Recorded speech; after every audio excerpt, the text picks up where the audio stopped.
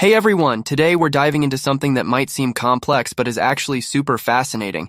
How networks work behind the scenes. Stick around as we break it down step by step in the simplest way possible. Put on your seatbelts, because we're about to dive into the world of networks. If you're a developer, whether it's web development, app development, or even working in the cloud, understanding network concepts is essential for everything. And if you're a computer science student, it's one of the most important topics, especially during interviews or when working on projects and other related tasks. Today, we're all using the internet for almost everything, right? So, it's important to understand how things work behind the scenes. Have you ever wondered how the things we use every day actually work? Like when I search for something on Google or send a message on WhatsApp or an email, I always think, how does this even happen? How does everything reach its destination without any physical medium? It's fascinating, right? So in this video, let's break it down in a super simple way. We'll talk about how networks work, where it all started, and how it's evolved to what we have today from start to end. Now let's simplify this. A computer network is basically just computers connected together. Sounds easy enough, right? But making that connection happen involves a lot of work behind the scenes. Let's take a step back in time to understand how it all began. In 1957, the Soviet Union launched Sputnik, the first artificial satellite, which caused a huge shock in the United States.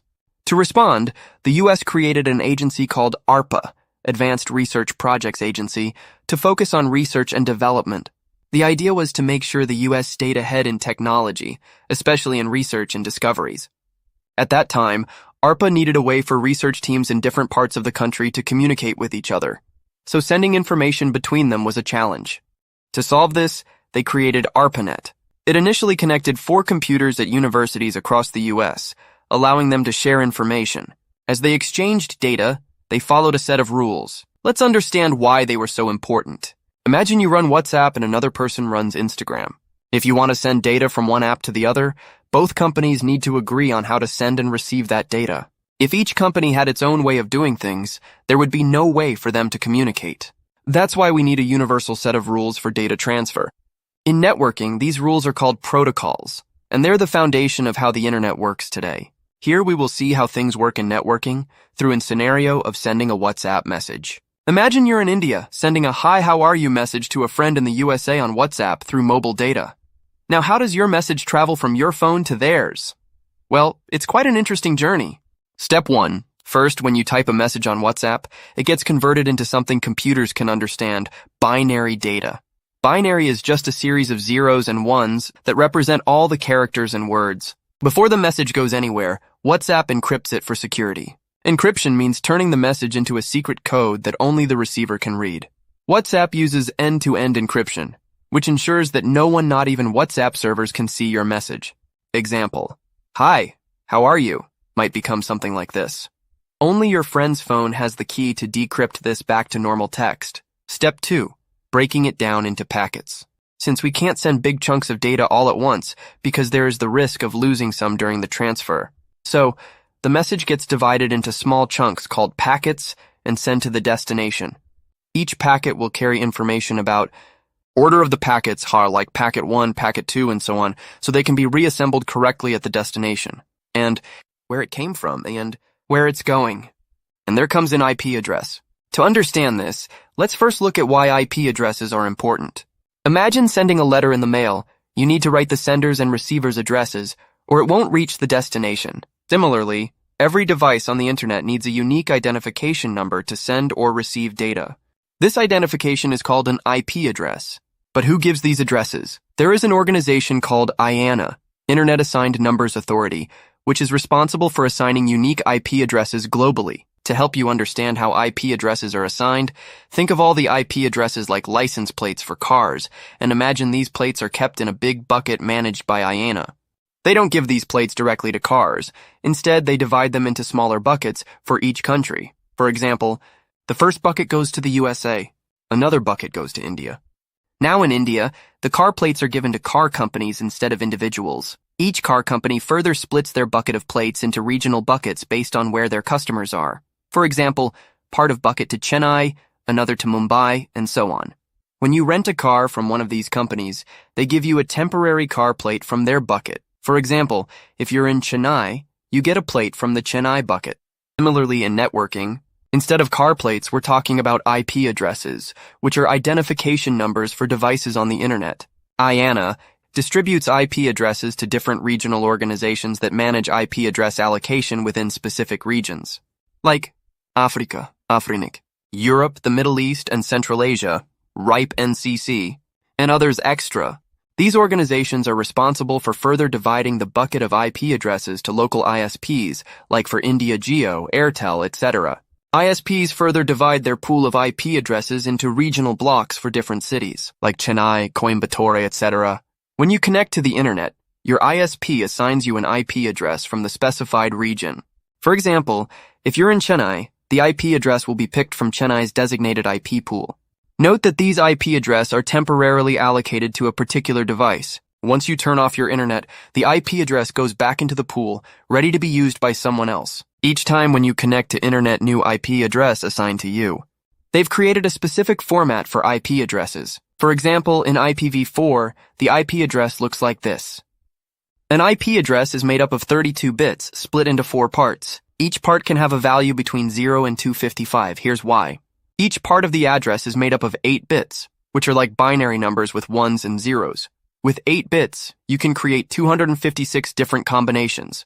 This is why each part of the address can only go from 0 to 255, and this gives around 4 billion unique combinations. However, as the number of devices connected to the internet grew, we reached a point where the available IPv4 addresses weren't enough. That's when IPv6 came in to solve this problem. IPv6 uses 128-bit addresses, which allows for an incredibly larger number of unique addresses, around 340 undecillion addresses. This is more than enough to handle the growing number of devices. And WhatsApp identifies your destination device's IPv4 address through their mobile number. Now the encrypted packets are ready to leave your phone. The packets travel through radio waves to the nearest cell tower. Now, the cell tower sends the packets to your ISP through underground fiber optic cables. If fiber optic cables are not feasible in a specific area, it may use radio signals to transmit the data to the ISP. Now, your ISP, Internet Service Provider, acts as a middleman between your device and the global internet. Once your data reaches the ISP forwards your packets to WhatsApp's server. Here's how. If the destination is far away, like WhatsApp's server in the USA, the packets travel through fiber optic cables under the sea. These cables are like super-fast highways that connect continents. If the destination is nearby, the packets might travel through routers. Routers, think of them as specialized computers in ISP data centers, not only direct the data towards its destination, but also play a critical role in finding the best path. These routers maintain a routing table, which holds information about the best paths to reach different destinations across the internet. Using these tables, they determine the shortest and most efficient route for the data to travel, similar to how Google Maps finds the shortest route to a destination, which are generally found at regional data centers or within the ISP's network. Routers use a technique called longest prefix match to find the most specific route for the destination IP address. For example, if the destination is 192.168.110, the router checks its list and picks the most detailed match. This helps the router send the data in the most efficient way, guiding it towards the next router on the path. Each router along the way repeats this process, making sure the data moves closer to its destination.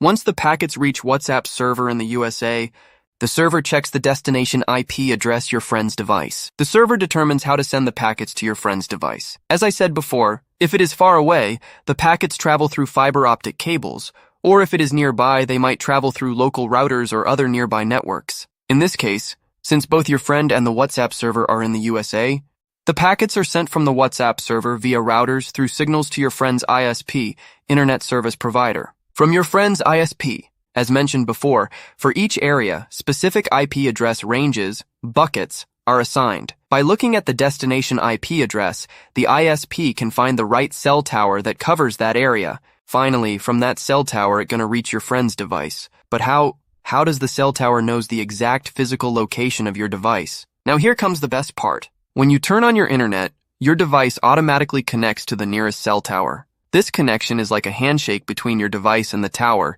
and it stays active all the time.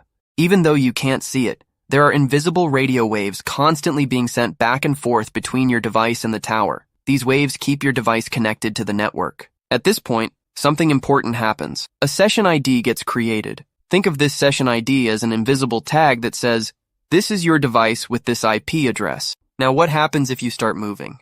The cell tower can figure out where you are by checking the signal strength. These invisible waves measure the distance between you and the tower, so the network knows exactly where you're connected.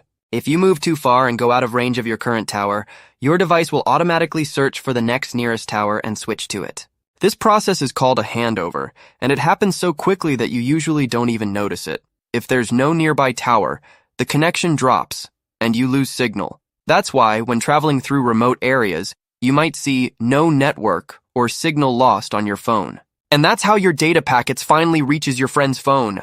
Even if the packets arrive in different order, the phone reorders them before decrypting and displaying the message correctly. Congrats! You've successfully learned how data travels through a network from your phone to your friend's device. Similarly, when you connect to your friend's hotspot, it's pretty much like using mobile data. But everything you send or receive first goes through your friend's phone. For example, if you're sending a WhatsApp message, the request goes from your phone to your friend's phone. Then same data transferring process will occur, and when the response comes back, it's first received by your friend's phone, then it will forward to your phone. Now let's see how data transferring works using Wi-Fi. When you're using the Wi-Fi router at home, the process of data transfer is pretty similar to how things work with mobile data. The only main difference is that instead of using a cell tower, we're using a Wi-Fi router that directly connects to your ISP. The Wi-Fi router takes over the role of the cell tower. But in a local environment like your home or office, instead of covering large areas, it only works within a specific range. Now here's where the modem comes in. You might have heard this word, but what does it actually do? Think of the modem as the translator. It takes the signals from the ISP, which might come as optical signals, cable, or DSL signals, and converts them into digital signals that your devices, like your phone or laptop, can understand. At the same time, the modem works in the other direction too. Without the modem, neither your Wi-Fi router nor your devices could not understand what the data actually is. So, a Wi-Fi router is basically a combination of both the modem and the router, which makes it super handy for providing internet at home or work. Now, there's one important difference here.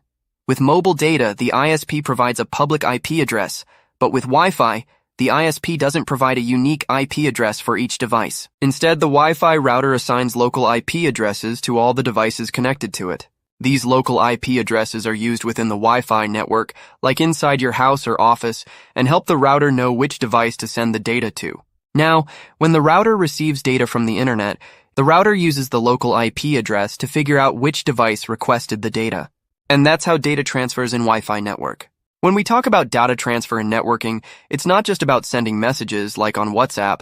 This same concept applies to everything you do online, whether you're posting on Instagram, commenting on a social media post, interacting with cloud services, or even browsing websites. For example, when you post something on Instagram or make a comment, this data is transferred to Instagram's server for storing in the database. It works in much the same way as sending a WhatsApp message.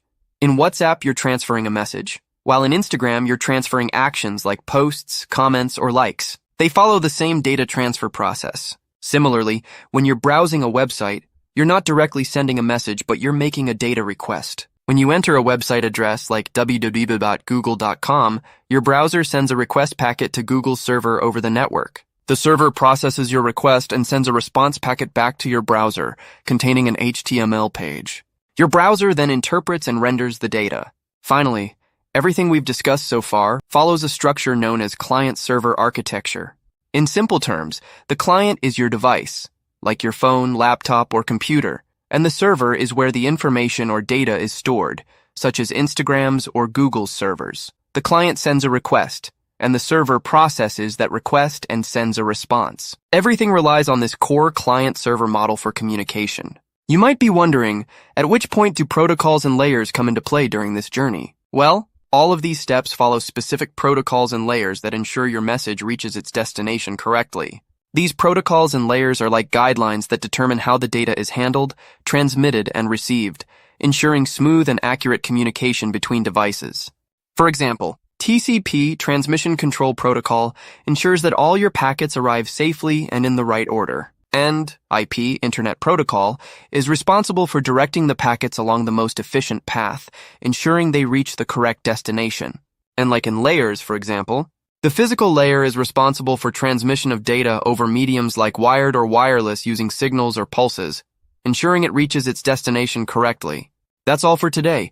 If you found this video helpful, don't forget to like and subscribe to our channel. See you in the next one.